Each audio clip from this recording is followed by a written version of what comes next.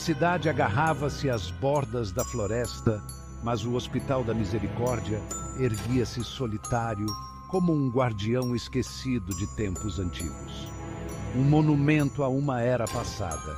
A sua fachada, outrora brilhante, tinha se desvanecido para um cinzento fosco e sem vida, como se o próprio tempo tivesse sugado a sua vitalidade.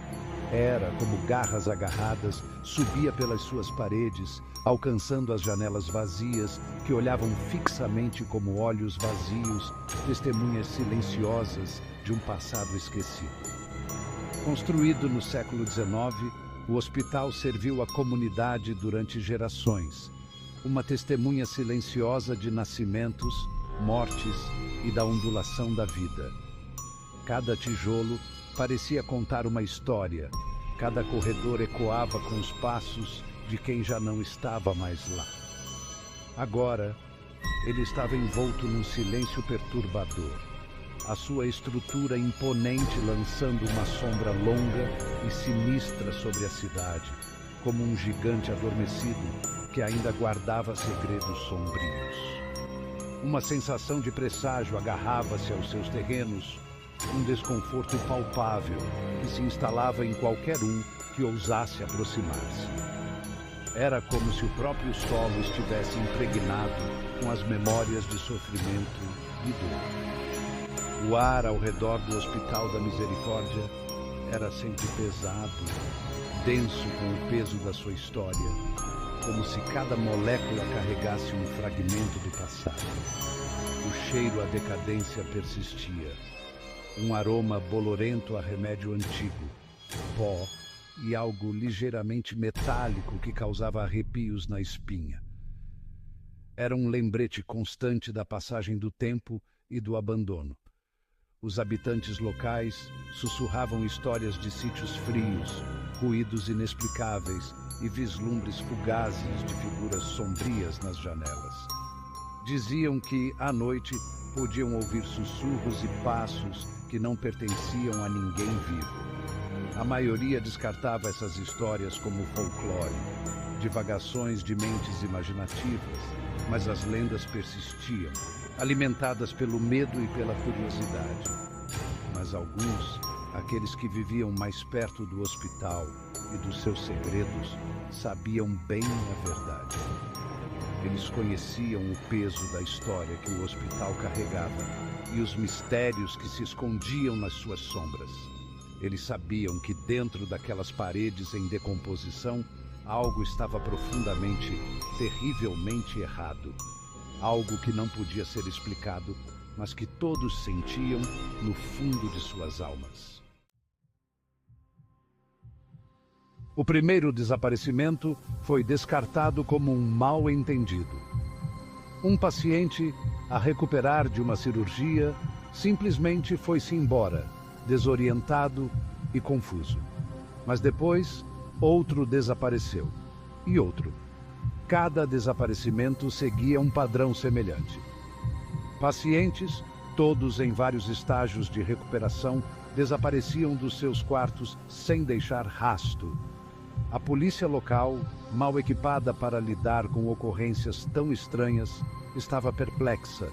A equipa do hospital, uma mistura de veteranos experientes e recém-chegados com o rosto fresco, ficava cada vez mais nervosa. Sussurros de maldições e assombrações começaram a circular, substituindo o zumbido habitual de jargão médico e o barulho de equipamento. Os desaparecimentos continuaram, cada um mais perturbador do que o anterior.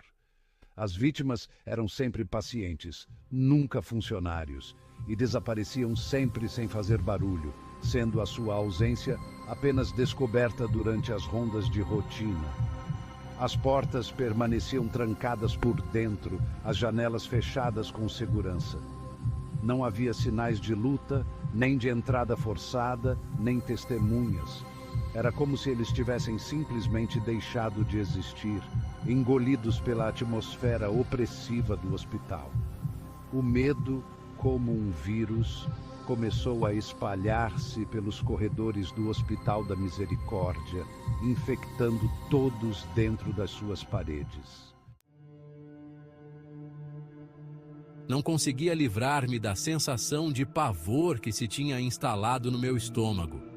Era como se uma sombra invisível pairasse sobre mim, uma presença constante que não me deixava em paz. Os desaparecimentos perturbavam-me profundamente. A falta de explicação lógica, o silêncio sinistro em torno de cada incidente, tudo parecia errado. Cada vez que um paciente desaparecia, o hospital mergulhava mais fundo em um abismo de mistério e medo. Como homem de ciência e lógica, senti-me atraído pelo mistério, compelido a encontrar uma explicação racional para o inexplicável. A minha mente recusava-se a aceitar que algo assim pudesse acontecer sem uma razão clara.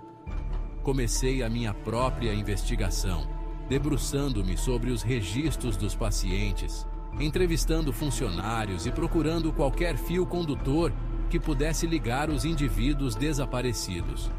Cada entrevista, cada documento, parecia trazer mais perguntas do que respostas. Passei noites em claro no hospital deserto, o silêncio amplificando cada rangido das tábuas do chão e gemido da estrutura envelhecida. A escuridão parecia esconder segredos que se recusavam a ser revelados. Quanto mais me aprofundava nos desaparecimentos, mais convencido ficava de que algo sinistro estava em jogo. Havia uma sensação de que estávamos lidando com forças além da nossa compreensão. A história do hospital, outrora uma fonte de conforto e tradição, agora parecia sussurrar avisos. O que antes era um lugar de cura, agora parecia um labirinto de sombras e segredos. Descobri recortes de jornais antigos, guardados num canto da biblioteca, a detalhar ocorrências semelhantes décadas antes. Era como se o passado estivesse se repetindo, um ciclo de terror que nunca terminava. Pacientes a desaparecer sem deixar rastro, rumores de fantasmas e salas secretas, e uma sensação arrepiante de pavor que refletia a atmosfera atual. Cada história, cada rumor, parecia adicionar uma camada de medo ao já denso mistério. Percebi que qualquer que fosse o mal que assombrava o Hospital da Misericórdia não era novo. Era uma escuridão que tinha sido entrelaçada na própria estrutura do edifício, ressurgindo agora para reclamar novas vítimas. A sensação de que estávamos lutando contra algo antigo e poderoso era inescapável. O crescente mal-estar e a pressão crescente das famílias preocupadas forçaram as autoridades locais a tomar medidas drásticas. A situação estava a tornar-se insustentável, com rumores e medo a espalharem-se rapidamente pela comunidade. 2 investigadores, o detetive John Riley, um veterano experiente com faro para o invulgar, e a sua parceira, a perspicaz e intuitiva detetive Sarah Jones, foram trazidos de uma cidade vizinha.